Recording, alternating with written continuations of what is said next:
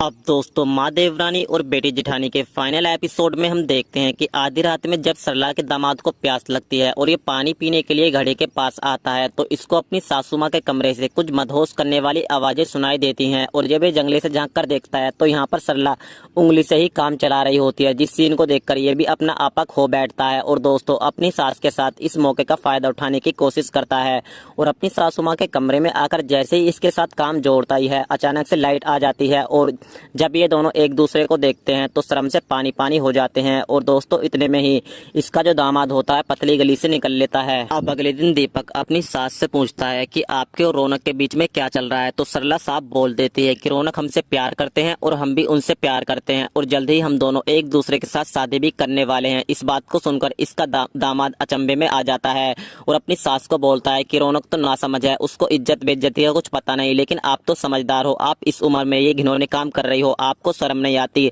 अब दोस्तों सरला अपने दामाद की बातों का ईंट का जवाब पत्थर से दे देती है और इसको बोलती है कि दामाद जी अब रात तो आप मेरे साथ करना चाहते थे, क्या वो ठीक है? अब दोस्तों इस बात को सुनकर इसका दामाद फिर से पतली गली से निकल लेता है। अब जैसे ही सरला की बेटी को इस बारे में पता चलता है कि इसकी माँ इसके देवर के साथ ही लगी हुई है तो इसका दिमाग खराब हो जाता है और ये अपनी माँ पर भड़क कर बोलती है कि ये उम्र तेरी कीर्तन और भजन करने की है, लेकिन इस उम्र में तो इश्क लड़ाने चाहिए है, तुझको शर्म आनी चाहिए, अपनी इज्जत का ना सही लगभग हमारी इज्जत का तो ख्याल करना चाहिए था। लेकिन दोस्तों इसके बावजूद भी ये लोग अपनी जिद पर अड़े हुए होते हैं और रौनक अपने बाबूजी को बोलता है कि बाबूजी आप हमारा हिसाब कर दीजिए, मैं सरला को लेकर कहीं दूर चला जाऊंगा। तो इस पर जिम्मी बोलती है कि अब तुम लोग कहीं नहीं जाओगे, मैं नहीं चाहती कि तुम्हारे जाने से हमारे गाँव में बदनामी हो। और ये अपनी माँ को बोलती है कि तू इस घर में देवरानी बनकर रहेगी और मैं जेठानी बनकर रहूंगी। और उसके बाद इसकी माँ अपनी बेटे की इस शर्त को मान लेती है और कहानी का दी एंड यहीं पर हो जाता है। तो दोस्तों आपको स्टोरी कैसी लगी कमेंट सेक्शन में लिखकर जरूर बताएं। चैनल को पहली बार देख रहे हैं, चैनल को सब्सक्राइब करके बेल आइकन भी जरूर दबाएं।